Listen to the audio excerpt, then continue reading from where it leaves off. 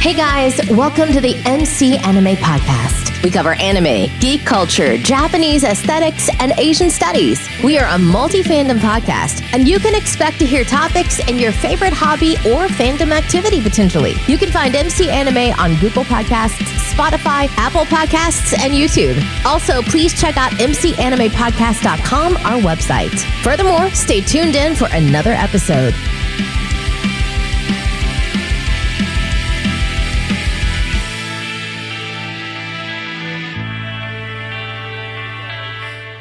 Episode of MC Anime, MC here. Today I have another special guest with me today for another episode.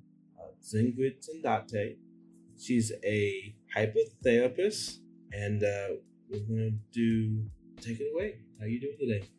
Hi, Mason. Yes, I will repeat my name, Sigrid Sandate, hypnotherapist, and absolutepowerhypnosis.com. And same thing for social media, Absolute Power Hypnosis, Sigrid Sandate. How are you today? I'm doing well. Can't complain.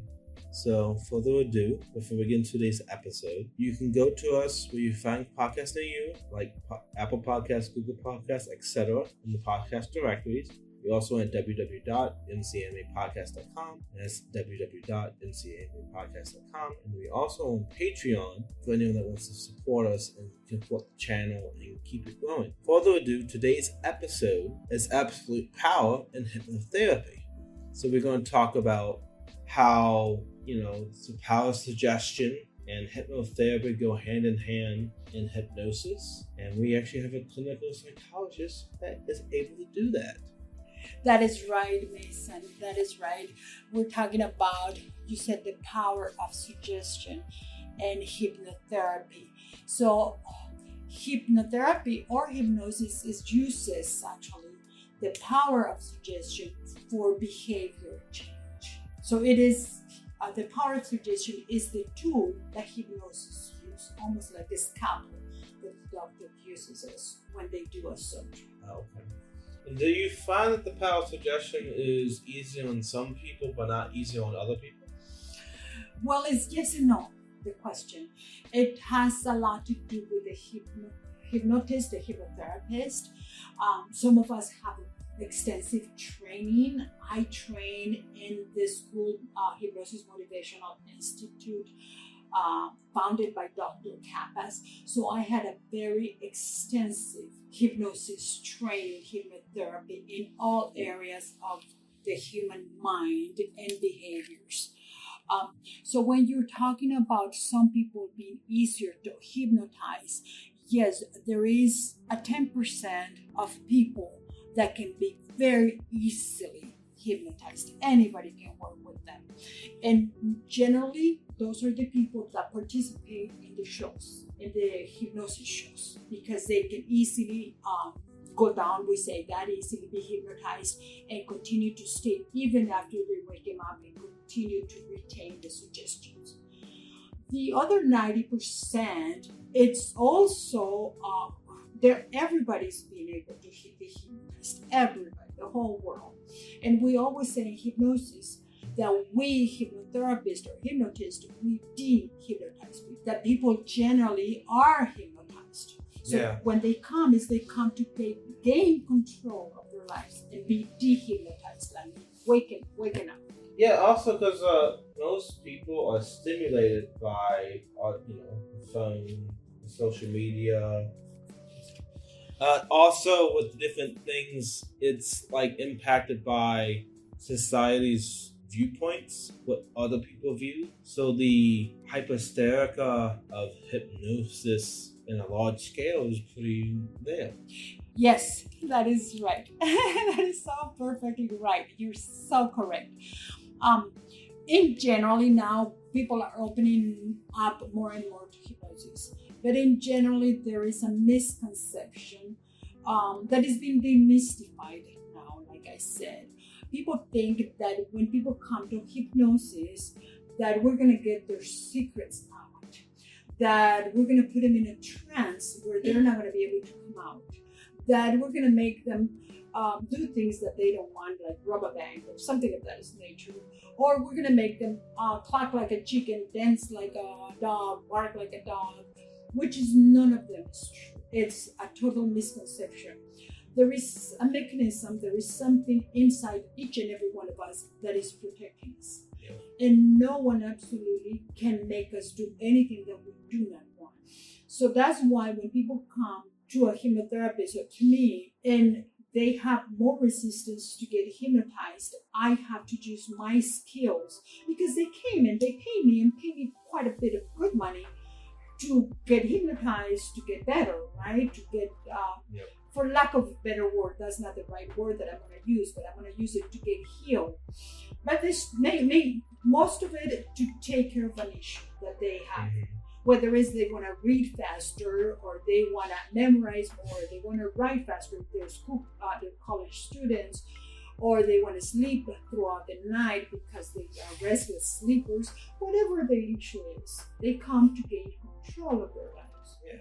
So when people have those resistance because our body or our mind has resistance, then it takes a little more to hypnotize people. So it has to do with the training and the professionalism of the hypnotherapist. So the people that are in the hypnotist or some power suggestion or a stage performance, is it specifically targeting people willing to do something under the power suggestion, or is it? Okay, so let me tell you something. I'm glad that you asked that question. Everybody needs to give their permission to get hypnotized. There is absolutely no one can hypnotize you if you don't say, yes, I want to be hypnotized. So when people are on a stage, the hypnotist on the stage show, they ask who wants to be hypnotized. And half of the audience raise their hands. That's a permission. So the willing participants are letting down their guard. So the power of suggestion is easier on them? It is easier. So when people say, yes, I want to be hypnotized, they all go up on the stage. The hypnotist, again, does a few tests on them. I don't know if you've ever seen a show, but they do a few tests like raising their hand or, silly things, which are true. And then after that, he asks or she asks again, do you want to be hypnotized? And people agree on that. So they already have the permission to be hypnotized. And the first permission is they raise their hands and say, yes, I want to be hypnotized, and go up on the stage. So it's always with permission. Okay. And now some of the things, what is reasonable within hypnosis that, for entertainment that people are willing to do? What is reasonable in the sense that you do the hypnosis? What is a reasonable reaction from the person being hypnotized? Like a deep hypnosis or a very simple? So you're talking about the depth of the hypnosis, right? Okay. So like I said, and like you said also, some people can be hypnotized very easily, and that is the 10% of the population in entire world. So when you see a hypnotist calling, asking people come and volunteer, he gets the whole stage full of people, and little by little they're dwindling them down, taking people out of the stage, and only leave those who can be hypnotized very deeply. Those who are hypnotized, they are hypnotized deeply and dehypnotized, meaning waking up, they wake up. But they give them a suggestion to stay hypnotized. So for instance, this is just a hypothetical. Let's say the hypnotist hypnotizes everybody, chooses one subject. He says, now you're going to sing like Johnny Cash, and you're going to perform, and you're going to dance, or you're going to dance or you're going to sing and dance like Marilyn Monroe. And he says, each and every time I said the name Marilyn Monroe, each and every time I say Johnny Cash, you're going to come out and perform and dance. That's a suggestion. So he sent them back to their seat. And half hour after, he says Marilyn Monroe or Johnny Cash, and these two young people or these individuals get up and they show up on the stage because the suggestion is there. At the end of the show, if you have noticed, the hypnotist wake them up and close their mind to the doors to their subconscious mind, which is exactly the same thing we hypnotherapists in a clinical setting, in a clinical situation, we do the same thing. We give the suggestion to close their minds to negativity, close their minds to suggestions that are not beneficial to the individual. Okay. What is the effects if you don't close the subconscious and have it open to negativity? Okay, so I always said people come to be dehypnotized because we're always in hypnosis. Everybody, through the power of suggestions, as we said before, is the suggestion that makes hypnosis. How does hypnosis work? Is closing the chatter of the mind, closing that rational, analytical, powerful mind that we have. And it's always talking, it's always that chatter. When we close the mind, then we open the subconscious mind to suggestions. And because we live in the world full of chatter, full of noise, we have the noise pollution, we have all kinds of things. So we get overloaded, which is a hypnosis term, being overloaded. When we're overloaded, we're open to suggestion. Politicians do that very well. And we know about that. So what happens when we don't give post-hypnotic suggestions? Sometimes people, and I don't know if you ever noticed that we missed our exit when we're driving. We're in a hypnosis. We immerse ourselves into a movie and we start crying or smiling when the actors smile or fall in love or cry. We feel their emotions. We are in hypnosis. We believe everything. When we go to a fair, perfect example, we hear all these noises, music, all these smells, and we just want to buy and grab everything and eat everything. We are in hypnosis. Now, if the hypnotherapists do not do the post-hypnosis suggestion, nothing is going to happen because, like I said, we have a protective mechanism. But it's most likely that people are not alert, are not refreshing their mind. And that is one of the, almost is universal with the hypnotherapist. You're going to wake up feeling refreshed, feeling energetic, feeling seeing the bright world more than ever before. Okay. Here's another thing that comes up. A lot of times you see in official media hypnosis to the strong effect that at any given point it can be like a mass hypnosis or a very specific command of powerful suggestion. What is the limits of hypnosis? Okay, it's limitless. It has absolutely. We have to be very analytical and analyzing every single word that the speaker is saying in order for us to reject that suggestion. When a politician comes out and there is masses of people there and he or she uses a specific language, certain language, and sometimes it's called hypnosis language, but it's not, and we hope that it's not a harmful language, and they said, we need to create a different version of our reality right now. We all need to get together and create a better world. It's a suggestion, isn't it? Yeah. And if you like the speaker, you say, yes, I need to be part of this making a better world. Oh, okay. So like the principle of public speaking, use rhetoric, all can influence how people act in certain capacities. Exactly. In that case, we are not, as a mass of public, we are not completely hypnotized. But all of the modalities are there. We're looking up at that figure that we respect. We paid money or we took our time to drive and go see this person. So we're giving permission to open ourselves to that suggestion, whatever the suggestion is. Okay. What if you have an instance of someone using rhetoric and public speaking in a very extreme, non-healthy? What are the statutes for prosecution of that action?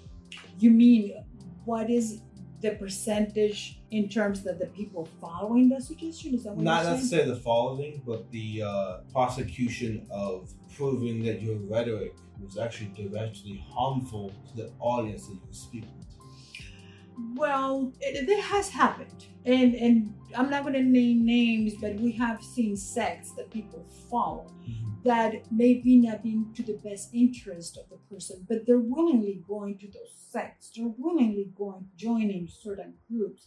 They're willingly, and even we see it with young people who follow a leader that might not take them to the best of their interest of their lives. I don't know about prosecution, but it has happened that they prosecute these people because mass of people have taken juices and have died. We remember that case in Texas, but I'm not going to name the names, but that is a part of a whole scenario setting that is being following a few steps, procedures that people follow to reach to that. Not everybody can make, like I said, we have a defense mechanism that protects us. Nobody makes us do anything that we don't want to do. So as far as saying something harmful, it has to be in a scenario. It has to be in a certain methodical way of creating that setting. I don't know if it makes sense what I'm saying. So, yeah, it does, because certain people can use rhetoric, public speaking, for an act of inciting, to bring forth followers, to bring forth their influence as a strategic maneuver in a greater plot device. Right. But in generally, we give our permission to follow certain protocol. We go to church and we follow our pastor, our priest, and our political affiliation. We give permission to a lot of things, which are good things sometimes, a lot of times, and we hope that everybody has the best intentions. And that's why, going back to hypnotherapy, hypnosis, people come to gain more control of their lives, not to lose control of their lives. And that's the main thing. People come, and again, I'm using the wrong term, to heal themselves, to take care of issues, to gain control of their lives, not the opposite. Okay. So we talked about a little bit public speaking. Let's go into, you have an addiction. What is the principle of treating someone with addiction? Okay, so addictions has a beginning, like every behavior has a beginning. And every behavior serves a purpose. And when someone starts an addiction, I'm going to talk about smoking, for example. People smoke for many reasons. People begin to smoke for fun, following the clique, following their friends. When you're a teenager, it's fun to do it. So you're doing it for fun. You're getting away from whatever you're doing to go out and have fun. People smoke because they want to have breaks. They leave work to go smoke. People smoke for various many reasons, as every addiction begins. So when people, and I repeat, we cannot make anybody do anything that they don't want, and when they come to hypnosis, they're giving us permission to work with that. So the very first thing we tell, hypnotherapists tell the client who comes for an addiction, we say, you can keep doing what you're doing, eating what you're eating, drinking what you're drinking, inhaling what you're inhaling, until you're ready to let go. And once you're ready to let go, everything will start working itself out. And that's when we come in to give the best suggestion. There are different hypnosis. There are some people, some hypnotherapists, especially in the past, they used to use the negative way. Like, for instance, and I'm going to give an example. So if someone smoked, they would make them smoke a lot of cigarettes until they get sick. That is no longer true, because I believe that that is not a way to help someone in addictions. Okay. All right. So, that's addiction behavior. What do you do with someone with PTSD or a very traumatic experience? It happens. It happens when we have a strong emotional experience. Any post-traumatic stress disorder, it comes from an experience that had a lot of emotions, a big emotion that is trapped in the body. When that emotion is trapped in the body, it's hard to let go, and it manifests in the body and in the mind. So part of that, our hypnosis, is to help them clear that the emotion that is attached to that experience. When the two are removed, the experience with the emotions, everything can be reversed very easily. All right. So what's about, just say, what is a particular case that's more difficult to treat than just simple phobias and fears, all that stuff? One of the hardest issues to take care of is food, weight. When people call me and say, I want to lose weight, my first question I ask is, why? Is somebody asking you to lose weight? Why do you want to lose weight? Did the doctor say you need to lose weight? Is it something why? What is the reason? Then after that, I'll say, what is it that you want to let go? Is it completely entire food, or is it certain things that are not good for your body? Whatever it is, sodas, potato chips, whatever it is that is not good for your body. And from there, because why is food and losing weight so difficult? Because it is an addiction to begin with, but also because food is everywhere.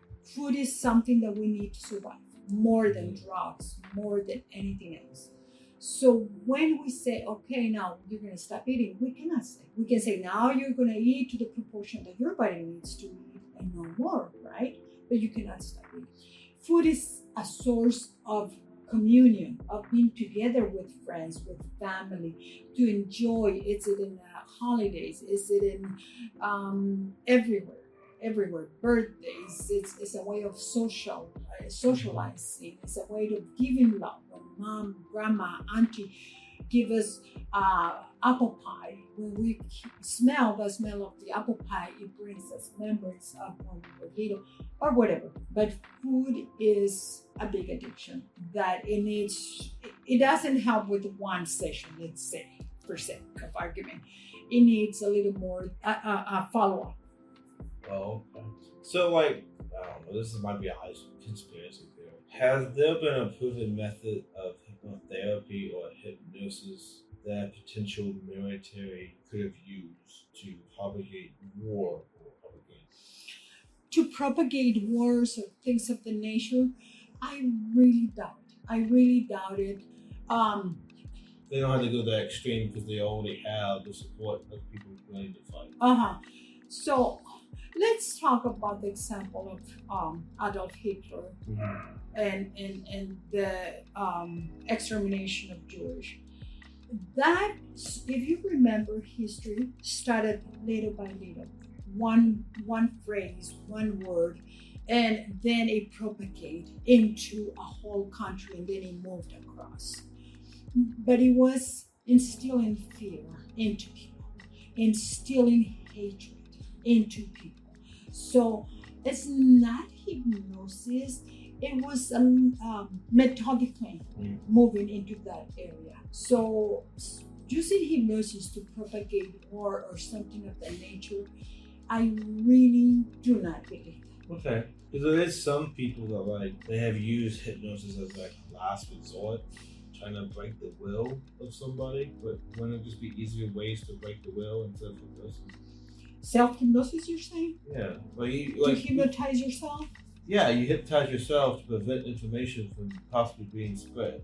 So give me an example of what you're saying. Okay, so let's say you're behind enemy lines and they gave you a mantra, what to keep saying. So you keep judgment and you keep your mind at ease. What is that mantra like? You tell them, my badge number is this, this, and this. I'm from this platoon, and keep saying it, keep being it. What is that mantra like? Okay, so I told you something.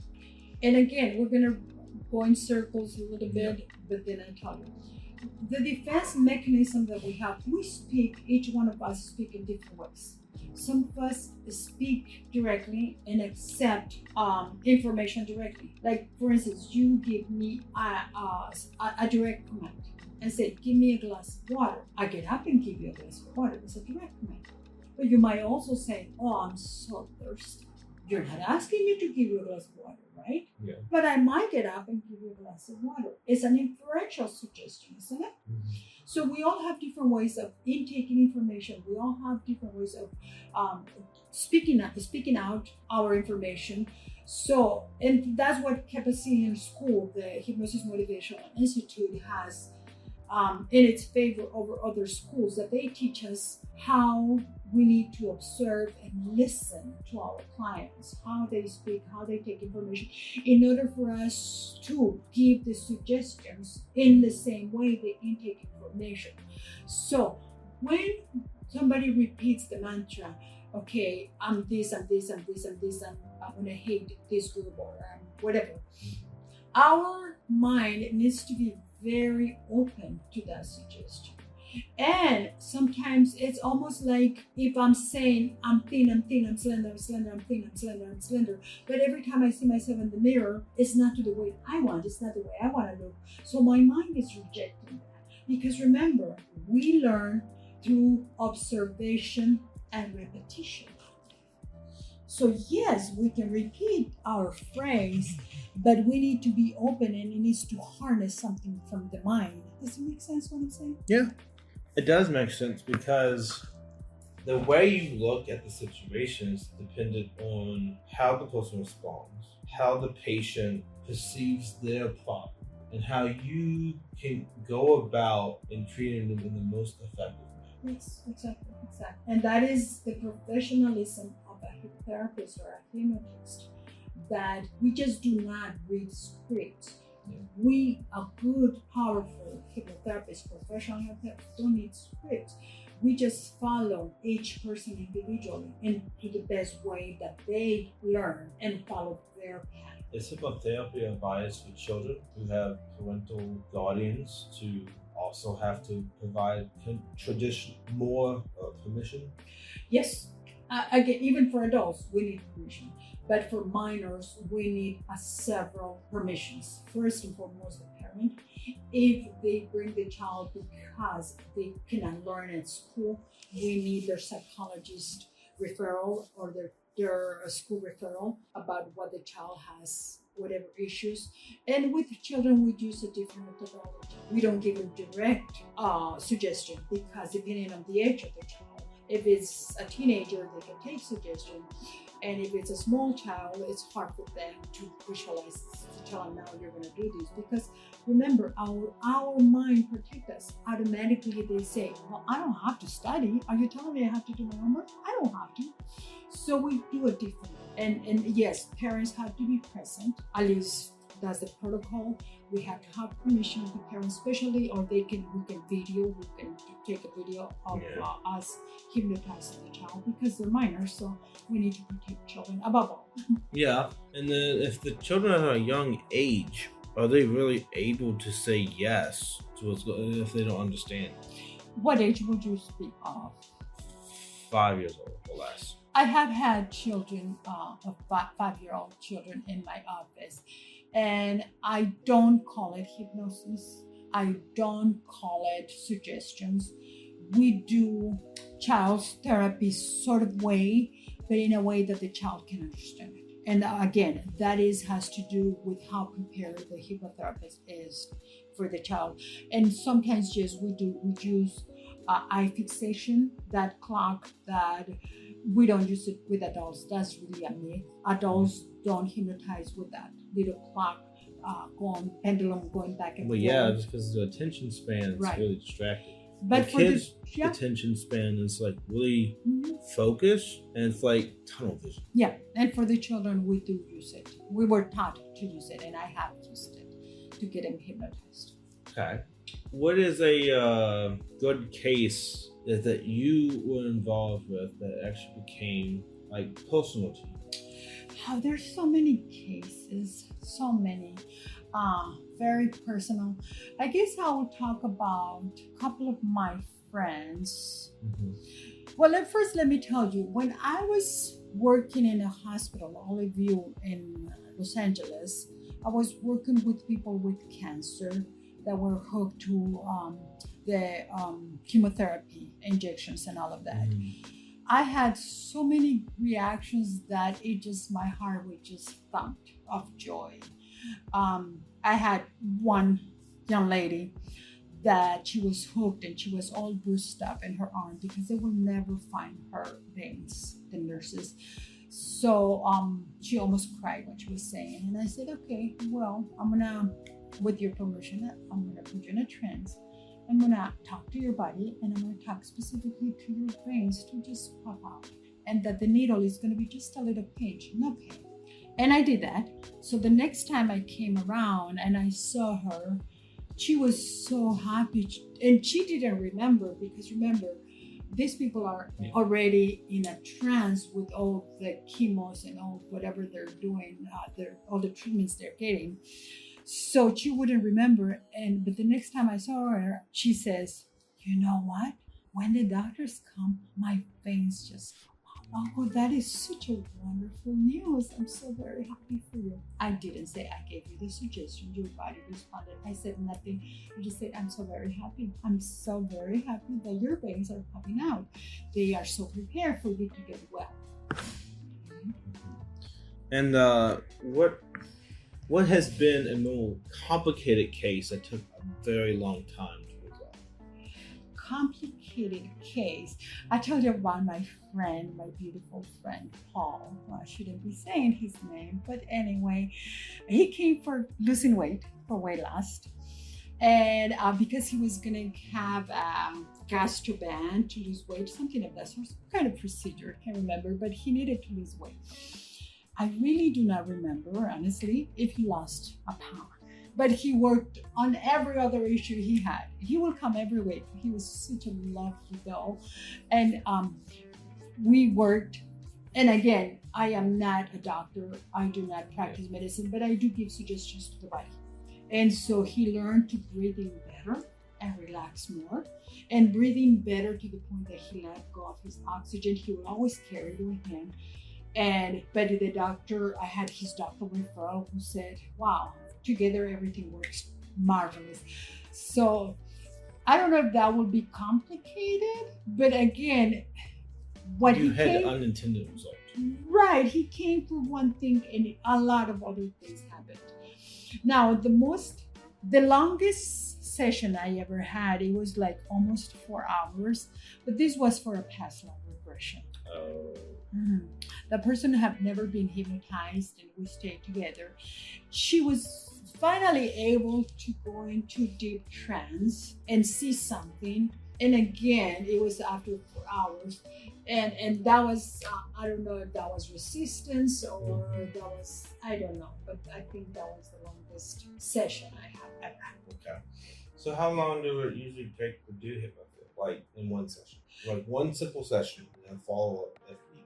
One simple session, but not going through any other procedures, because it all depends on the person. Mm-hmm. It all depends of how much I need to do. So if someone, let's say, comes for a habit, let's say someone comes with a habit of biting their nails or pulling their hair, I might need to do 2 or 3 or 4 modalities. Mm-hmm. And I usually do at least one modality before I put them in a trance. Normally, one simple session of hypnosis shouldn't take more than an hour, 40 minutes. The first time usually takes longer. Okay. Because as a hypnotherapist, we need to put them in a very deep trance. So the next time they come, they already have the suggestion that once we put them in a trance, we don't have to do so many other techniques and modalities for them to go to deep trance. They already have that suggestion. Okay. So hypothetical. What is a trance that you can do with me? That's a simple, that would be I will ask you what's the issue to begin with. If it's only for fun, I can even do rapid induction like they do on the stage. Yeah, and just for fun, I will just put you down within 2 minutes. Oh, you want to do it? Right here? Sure. Okay, we can do it. You want to put your hands like this? Yeah, so you put in your hands straight, and I want you to notice as you're looking at your arms extended, and notice the palm of your hands, and notice the palms of your hands, and notice the palms of your hands. And as you notice in the palms of your hands, you notice also that your hands are getting closer and closer, closer and closer, tighter and tighter, closer and closer. And in a moment, your hands are going to get closer and closer, closer and closer, to the point that they're going to touch palm with palm, palm with palm. And when they touch, you can clasp your fingers. And as you're clasping your fingers, you notice your thumbs, how they get even tighter and tighter, make them tighter, tighter, tighter, so tight that in a moment you will not be able to open these arms because they're so tight. Because I'm gonna close them, I'm gonna tie them with glue, with cement. And notice that you can tie them up. And notice your fingers, they're getting so white because they're getting so tight, so very tight.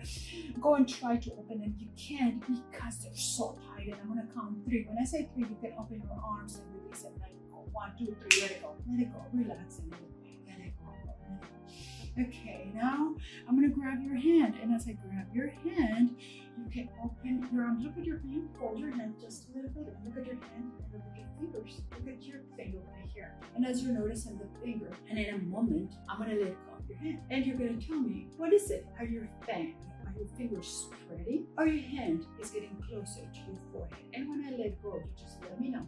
Is your hand getting closer to your forehead or your fingers are spreading? Your palm is spreading, and allow your hand to get close to your face, close to your face, close to your face. And when your hand gets close to your face, and you will notice you're feeling a nice relaxation in your eyelids. And as your hand gets closer to your face, closer to your face, closer to your forehead, and in a moment when your hand touches your forehead, you're allowing your eyes to just relax and go. Allowing your eyes to get relaxed and go. Allowing your eyes to just relax and just relax. Just allow it and just go deep sleep. Just going deeper. I'm going to count 5 backwards to see where you're going to deep sleep. 5, feeling relaxed, feeling at ease, feeling at peace. 4, going deeper. 3, going into deep hypnotic sleep. 2, 1, 0 is really deep sleep. I'm going to count 5 backwards to 0. Every number, you're going to double the state of relaxation. 5, double in the state of relaxation. 4, even deeper. 3, double in the state of relaxation. 2, going deeper. 1 is going in very deep sleep. Each and every time I say go deep sleep, for the purpose of hypnosis and with your permission, always with your permission, and for your benefit, you're going deep into deep hypnotic sleep. We're going to double that state of relaxation so you can go 3 times as much as you are right now. 3 going 2 times deeper, 2 deeper than that, 1 is going deeper than that. And now I'm going to ask a question, and when you say your name, you're going to go even deeper. What is your name? Mason. Say it louder. Mason. And you go deeper. And Mason, are you feeling good right now? Feeling fine.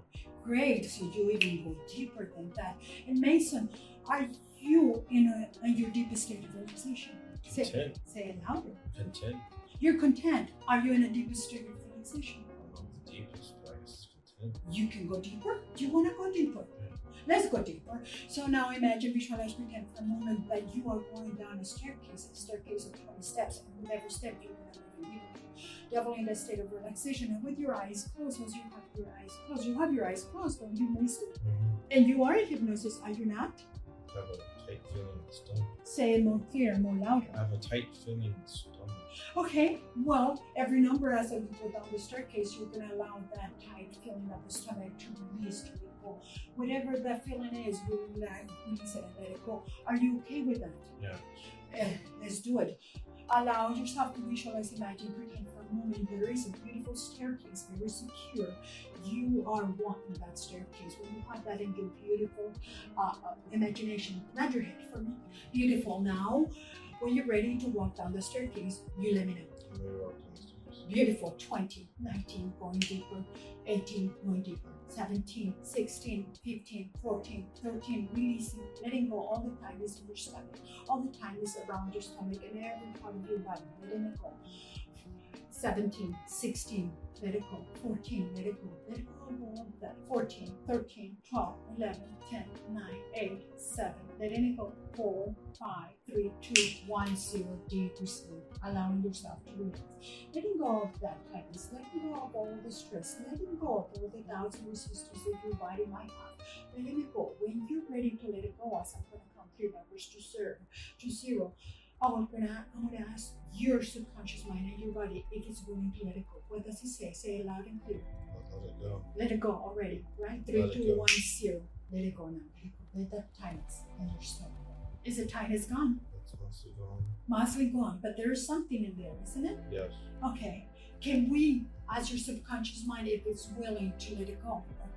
Or does your subconscious mind say? Not there. It's not there anymore? No. No more tightness? completely gone. Yes. Beautiful. Allow yourself to go even deeper. 3, 2, 1, 0. Deeper now. Even deeper than before. Allowing that to go even deeper. And now I'm gonna wake you up. And in a moment when I count 0 up to 5, you're gonna wake up feeling relaxed, feeling completely at ease and at peace, with a refreshed and energetic mind, almost feeling like you went on a beautiful resort, beautiful vacation. But you're coming back, and you're coming back with more mental clarity. Would you be okay with that? Yes. Beautiful. Now I said 0 is even deep sleep, deeper than before. Each and every time I said the word deep sleep for the purpose of hypnosis and with your permission, always with your permission and for your benefit, you're going to double this state of relaxation, even deeper than before. And now, Mason, I'm going to give you a post-hypnosis suggestion. Nod your head if you accept that post-hypnosis suggestion. Beautiful. Now, each and every time you smile, go ahead and give me a beautiful smile. Oh my gosh, you're such a beautiful smile. Each and every time you smile, you will project that man, beautiful man that you are. You give yourself the gift of feeling more confident, more secure, stronger. And each and every time, this is a second post-hypnosis suggestion. Each and every time you wake up in the morning, as you put your feet on the ground, you're feeling confident, you feel grounded, centered, connected, and you will wake up with energy and mental clarity to move you through your day. Is that okay for you to feel that way? So now 0, deeper sleep. Now you're waking up. 1, you're coming back. Wiggle your toes, move your fingers. 2, you're bringing that big smile again. That's right, beautiful. 3, you're coming back. 4, you're here. 5, eyes open, wide awake. 1, 2, 3, 4, 5, eyes open, wide awake, wide awake. 1, 2, 3, 4, 5, eyes open, wide awake.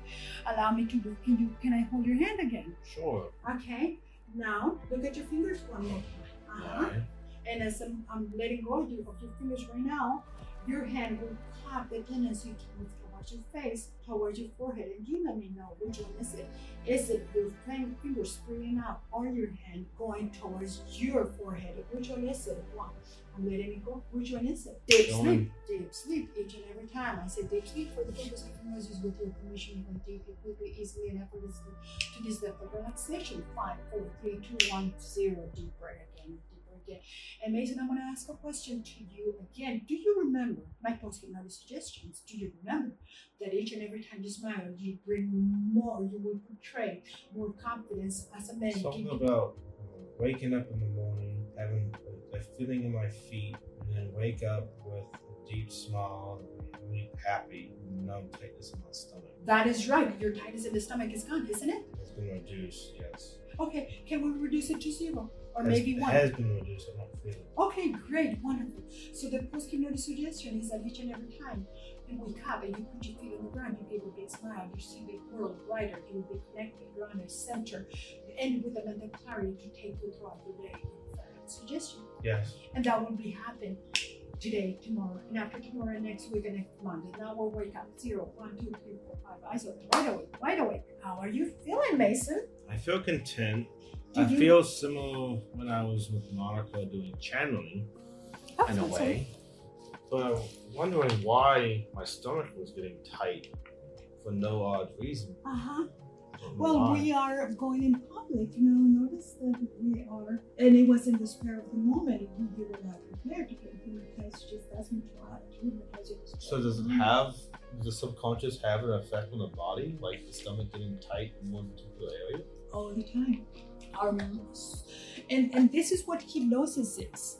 This is what the mind is. 88% of the mind is the subconscious mind, while 10 to 12% is the conscious mind, is the beautiful mind, the analytical, the rational, the powerful mind that we know. And the subconscious mind is the one who has control over our bodies, our minds, our everyday decisions. I was wondering, it wasn't hurting, it wasn't getting tight before, but it was getting tighter and tighter. And I think it was like harder to release it from being tighter. Did you release it? Yeah, it got released, but it took some time because it had to keep going deeper and only slowly be able to release it. Well, remember that, like I said, this was in the spur of the moment. But I also remember what you have said too.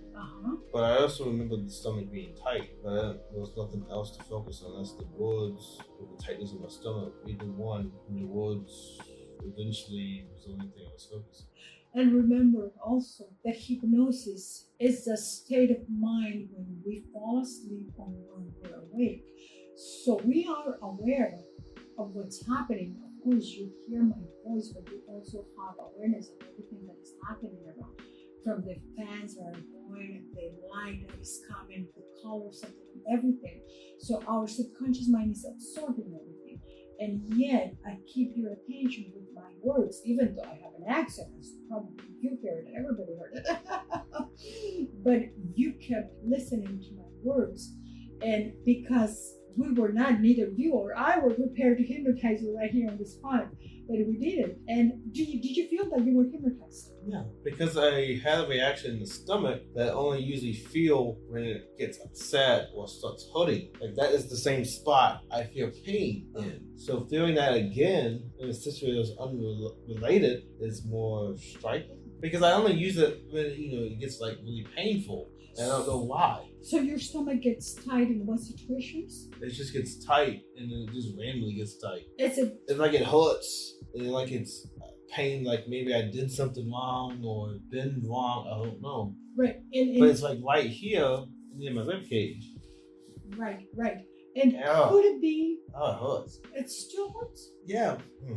We need to work on that. We really need to work on that. But could it be because of the unexpectancy that you have? Yeah. Could it be the unexpectancy of because in the spur of the moment, you were not prepared, but you did give me permission to get hypnotize you.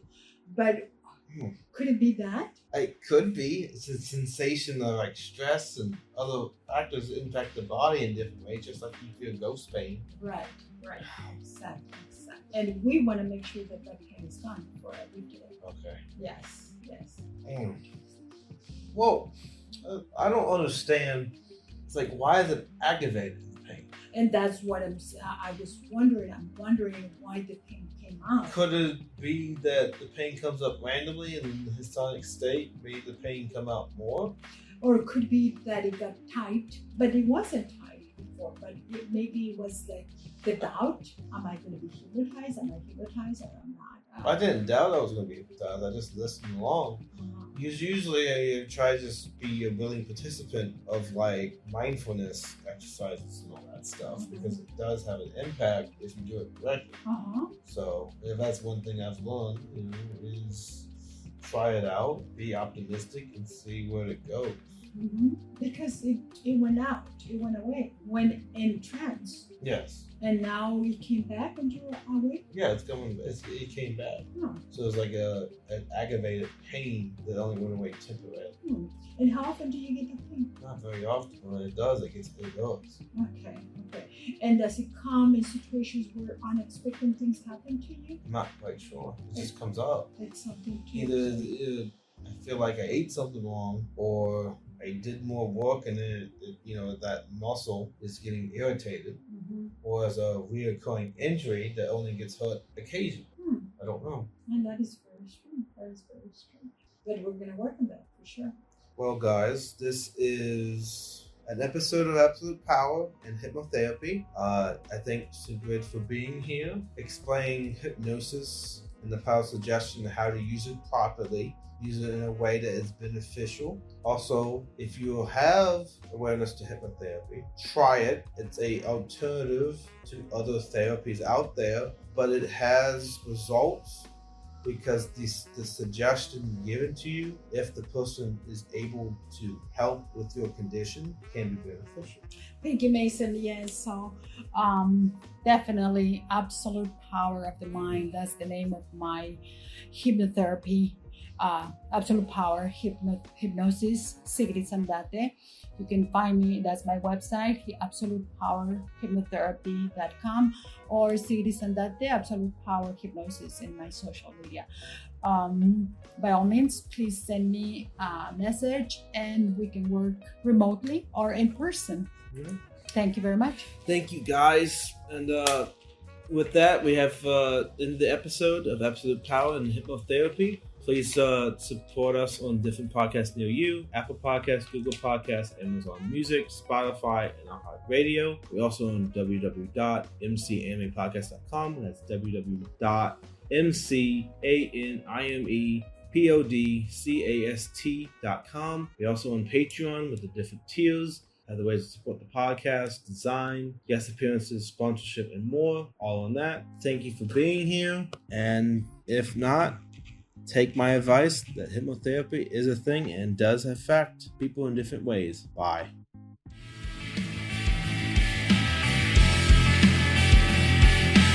This concludes another episode of MC Anime Podcast. MC Anime Podcast is available on podcast directories like Google Podcasts, Apple Podcasts, Spotify, iHeartRadio, and YouTube. We also have our website at mcanimepodcast.com. If you want to directly support us, then follow Patreon blog MC Anime. Finally, if you want services for hire, then we're available on Fiverr for audio and video production, graphic design, idea consulting, and blog and article writing.